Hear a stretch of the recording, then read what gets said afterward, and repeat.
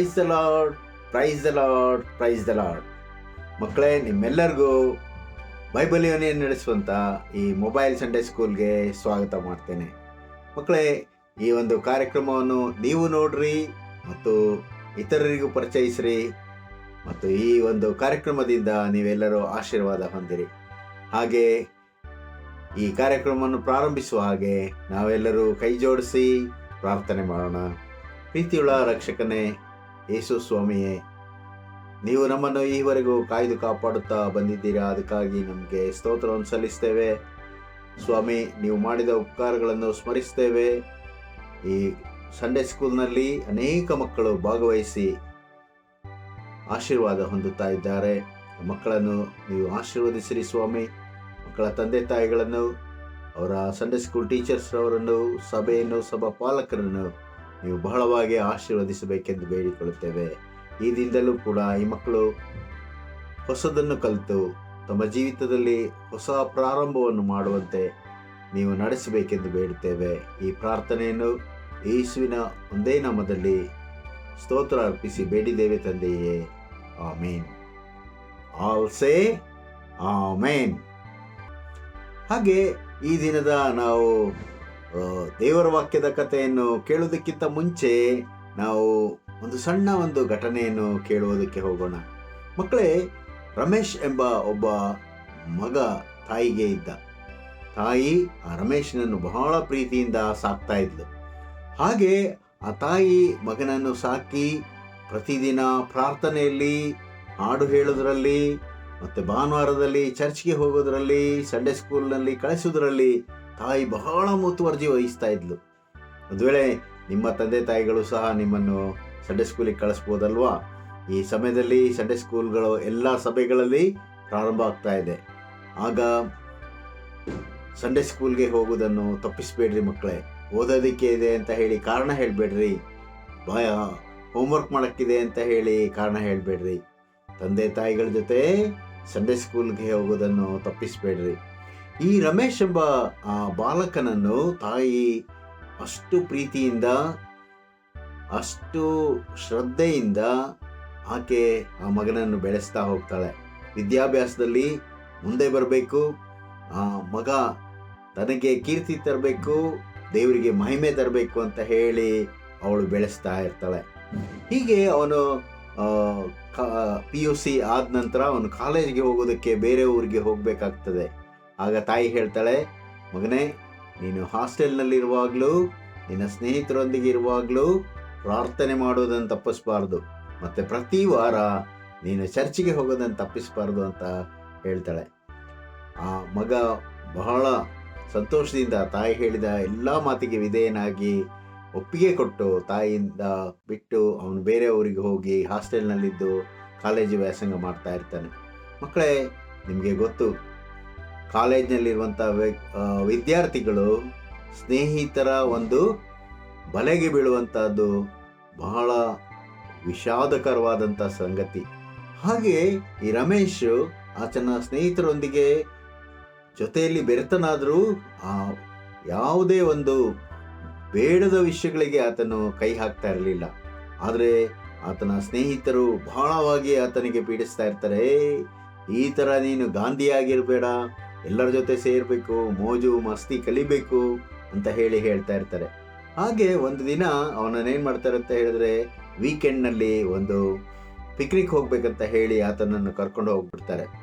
ಆತನು ಹೋಗಿ ಆ ಸ್ನೇಹಿತರೊಂದಿಗೆ ಕೂಡಿ ಎಲ್ಲ ವಿಷಯಗಳಲ್ಲಿ ಅಂತ ಹೇಳಿದ್ರೆ ಮೋಜು ಮಸ್ತಿಯಲ್ಲಿ ಕಳೀತಾನೆ. ಭಾನುವಾರ ಮುಂಜಾನೆ ಆತನು ಇರುವಾಗಲೂ ಸಹ ಆತನು, ನಾನು ಚರ್ಚ್ಗೆ ಹೋಗ್ಬೇಕಿತ್ತು, ನಾನು ಮರ್ತುಬಿಟ್ಟೆ ಇಲ್ಲ, ನನ್ನ ತಾಯಿ ಹೇಳಿದ ಮಾತನ್ನು ಕೇಳ್ತಾ ಇಲ್ಲಲ್ಲ ಅಂತ ಹೇಳಿ ಆತನಿಗೆ ಯೋಚನೆ ಬರ್ತಾ ಇತ್ತು. ಹಾಗೆ ಇರುವಾಗ ಆತನಿಗೆ ದೂರದಿಂದ ಚರ್ಚಿನ ಬೆಲ್ ಆಗುವಂಥದ್ದು ಕೇಳಿಸ್ತದೆ. ಚರ್ಚಿನ ಬೆಲ್ ಆಗೋದಂತ ಕೇಳಿಸಿದಾಗ ಅವನಿಗೆ ಯೋಚನೆ ಆಗ್ತದೆ, ನನ್ನ ತಾಯಿ ಈ ಸಮಯದಲ್ಲಿ ಯಾವಾಗಲೂ ನನ್ನನ್ನು ಚರ್ಚಿಗೆ ಕರ್ಕೊಂಡು ಹೋಗ್ತಾ ಇದ್ಲು, ನಾವಿಬ್ಬರು ಒಟ್ಟಿಗೆ ಹೋಗ್ತಾ ಇದ್ವಿ, ದೇವರ ವಾಕ್ಯ ಕೇಳ್ತಾ ಇದ್ವಿ ಅಂತ ಹೇಳಿ ಅವನು ತಡೆಯಲಾರದಂಥ ಮನಸ್ಸಿನಿಂದ ಏನು ಮಾಡ್ತಾನಂತ ಹೇಳಿದ್ರೆ, ಫ್ರೆಂಡ್ಸ್ಗಳಿಗೆ ಹೇಳ್ತಾನೆ, ನಾನು ಸ್ವಲ್ಪ ಹೊತ್ತು ನಾನು ಚರ್ಚ್ಗೆ ಹೋಗಿ ಬರಬೇಕು, ಇಲ್ಲ ಅಂತ ಹೇಳಿದ್ರೆ ನನಗೆ ತಡ್ಕೊಳಕ್ಕಾಗಲ್ಲ ಅಂತ ಹೇಳಿ ಅವನೇನು ಮಾಡ್ತಾನೆ ಅಂತ ಹೇಳಿದ್ರೆ ಆ ಊರಿನಲ್ಲಿದ್ದಂಥ ಆ ಚರ್ಚ್ಗೆ ಹೋಗಿ ಆತನು ಭಾಗವಹಿಸ್ತಾನೆ. ಯಾಕೆ ಗೊತ್ತಾ ಮಕ್ಕಳೇ? ಆತನ ತಾಯಿ ಆಕೆ ಇದ್ದಂಥ ಊರಿನಲ್ಲಿ ಆ ಸಭೆಯಲ್ಲಿ ಕೂತು ನನ್ನ ಮಗನು ಸಹ ದೇವಾಲಯಕ್ಕೆ ಹೋಗಬೇಕು, ಚರ್ಚ್ಗೆ ಹೋಗಬೇಕು ಅಂತ ಹೇಳಿ ಆಕೆ ಪ್ರಾರ್ಥನೆ ಮಾಡ್ತಾ ಇರ್ತಾಳೆ. ಮಕ್ಕಳೇ, ನಾವು ಸಹ ಅಷ್ಟೇ, ಒಂದು ದಿನವಾದರೂ ನಾವು ದೇವಾಲಯಕ್ಕೆ ಹೋಗೋದಕ್ಕೆ ತಪ್ಪಿಸಬಾರ್ದು, ಸಂಡೇ ಸ್ಕೂಲ್ಗೆ ಹೋಗೋದನ್ನು ತಪ್ಪಿಸಬಾರ್ದು, ಮತ್ತು ತಂದೆ ತಾಯಿಗಳ ಮಾತಿಗೆ ವಿಧೇಯರಾಗಿರೋದನ್ನು ತಪ್ಪಿಸಬಾರ್ದು. ಹೀಗೆ ನಾವು ನಮ್ಮ ತಂದೆ ತಾಯಿಗಳಿಗೆ ವಿಧೇಯರಾದರೆ, ತಂದೆ ತಾಯಿಗಳ ಮಾತಿಗೆ ಬೆಲೆ ಕೊಟ್ಟರೆ, ದೇವರು ನಮ್ಮನ್ನು ಅತ್ಯುನ್ನತವಾದಂಥ ವ್ಯಕ್ತಿಗಳನ್ನಾಗಿ ರೂಪಿಸುವಾತನಾಗಿದ್ದಾನೆ.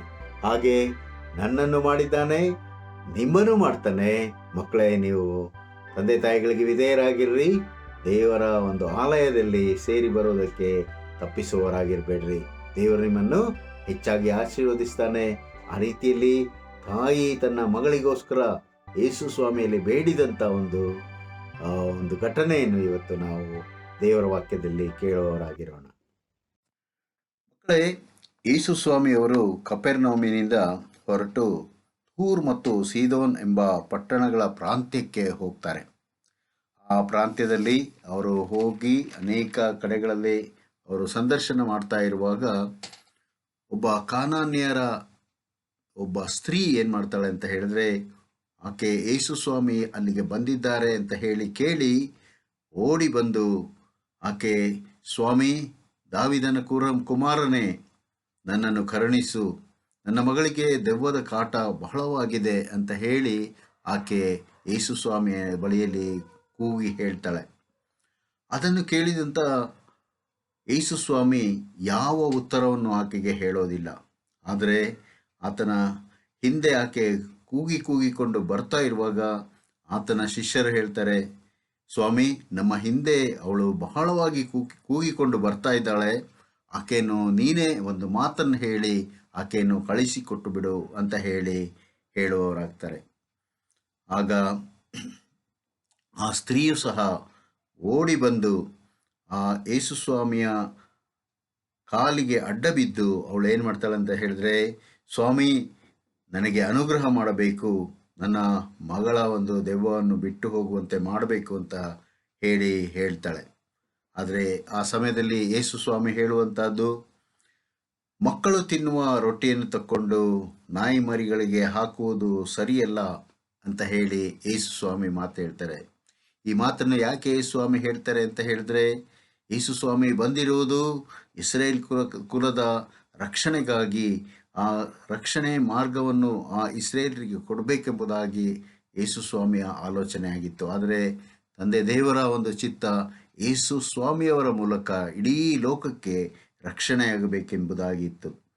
ಹಾಗೆ ಯೇಸು ಸ್ವಾಮಿ ಹೇಳುವಾಗ ಆ ಸ್ತ್ರೀ ಹೇಳುವಂಥ ಮಾತು ಏನಂತ ಹೇಳಿದ್ರೆ, ಸ್ವಾಮಿ, ಆ ಮಾತು ನಿಜವೇ, ನಾಯಿ ಮರಿಗಳಂತೂ ತಮ್ಮ ಯಜಮಾನರ ಮೇಜಿನಿಂದ ಬೀಳುವ ರೊಟ್ಟಿಯ ತುಂಡುಗಳನ್ನು ತಿನ್ನುತ್ತವಲ್ಲ ಅಂತ ಹೇಳಿದ್ಲು. ಪ್ರಿಯ ಮಕ್ಕಳೇ, ನಮ್ಮ ಮನೆಯಲ್ಲಿ ಒಂದು ನಾಯಿಯನ್ನು ಸಾಕಿರ್ಬೋದು. ಆ ನಾಯಿಗೆ ನಾವು ಊಟ ಹಾಕ್ತೇವಲ್ವ? ಯಾಕಂತ ಹೇಳಿದ್ರೆ ನಮ್ಮ ಮನೆಯ ನಾಯಿ ನಮ್ಮ ಮನೆಯ ಊಟಕ್ಕೆ ಬಾಧ್ಯವಾಗಿರ್ತದೆ. ಹಾಗೆ ಯೇಸು ಸ್ವಾಮಿಗೆ ಆಕೆ ಹೇಳುವಂಥದ್ದು, ಇಡೀ ಲೋಕದ ಜನರು ಅದು ನಿಮಗೆ ಏನಾಗಿದೆ, ಬಾಧ್ಯವಾಗಿದೆ, ನೀವು ನನಗೆ ಸಹಾಯ ಮಾಡಬೇಕಂತ ಹೇಳಿ ಆಕೆ ಕೇಳಿಕೊಂಡಾಗ ಯೇಸು ಸ್ವಾಮಿ ಬಹಳ ಆಶ್ಚರ್ಯಪಡ್ತಾರೆ. ಈ ಒಬ್ಬ ಕಾನಾನ್ ಸ್ತ್ರೀಯು ಇಷ್ಟೊಂದು ಜ್ಞಾನವಂತಳಾಗಿ ಈ ಮಾತನ್ನು ಹೇಳ್ತಾಳಂತ ಹೇಳಿ ಆಗ ಯೇಸು ಸ್ವಾಮಿ ಹೇಳ್ತಾರೆ, ಅಮ್ಮ, ನಿನ್ನ ನಂಬಿಕೆ ಬಹಳ, ನಿನ್ನ ಮನಸ್ಸಿನಂತೆ ಆಗಲಿ ಅಂತ ಹೇಳಿ ಉತ್ತರ ಕೊಡ್ತಾರೆ. ಪ್ರಿಯ ಮಕ್ಕಳೇ, ಅದೇ ಸಮಯದಲ್ಲಿ ಆ ಸ್ತ್ರೀಯ ಮಗಳಿಗೆ ಇದ್ದಂಥ ದೆವ್ವದ ಕಾಟ ಬಿಟ್ಟು ಹೋಗ್ತದೆ, ಆಕೆ ಸ್ವಸ್ಥಳಾಗ್ತಾಳೆ. ಪ್ರಿಯ ಮಕ್ಕಳೇ, ನಾವು ಯೇಸು ಸ್ವಾಮಿಯ ಬಳಿಗೆ ಬಂದು ನಾವು ಬೇಡುವವರಾದರೆ ನಮಗೆ ಎಲ್ಲ ವಿಷಯಗಳಲ್ಲಿ ಬಿಡುಗಡೆ ಉಂಟು. ತಂದೆ ತಾಯಿಗಳು ನಮಗೋಸ್ಕರ ಪ್ರಾರ್ಥನೆ ಮಾಡ್ತಾರೆ. ಆ ಮೂಲಕ ಮಕ್ಕಳೇ, ನಿಮ್ಮೆಲ್ಲರಿಗೂ ಆಶೀರ್ವಾದ ಉಂಟಾಗ್ತದೆ, ನಿಮಗೆ ಬಿಡುಗಡೆ ಆಗ್ತದೆ, ಕೆಟ್ಟ ಆಲೋಚನೆಯಿಂದ ಬಿಡುಗಡೆ ಆಗ್ತದೆ. ಆ ರೀತಿಯಾಗಿ ದೇವರು ಮಾಡುವಾತನಾಗಿದ್ದಾನೆ. ಅದೇ ರೀತಿಯಲ್ಲಿ ನೀವು ನಿಮ್ಮ ತಂದೆ ತಾಯಿಗಳಿಗೆ, ಸಭಾ ಹಿರಿಯರಿಗೆ, ಸಭಾ ಪಾಲಕರಿಗೆ ನೀವು ಏನಾಗಿರಬೇಕು? ವಿಧೇಯರಾಗಿರಬೇಕು. ಹಾಗೆ ಮಾಡುವುದಾದರೆ ನೀವು ಒಳ್ಳೆ ಮಕ್ಕಳಾಗ್ತೀರಾ.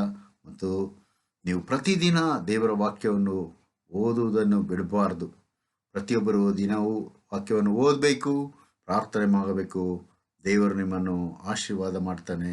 ನಿಮ್ಮೆಲ್ಲರಿಗೂ ಹೆಚ್ಚಿನ ಆಶೀರ್ವಾದ ಮಾಡಲಿ ಅಂತ ಹೇಳಿ ಯೇಸುವಿನ ನಾಮದಲ್ಲಿ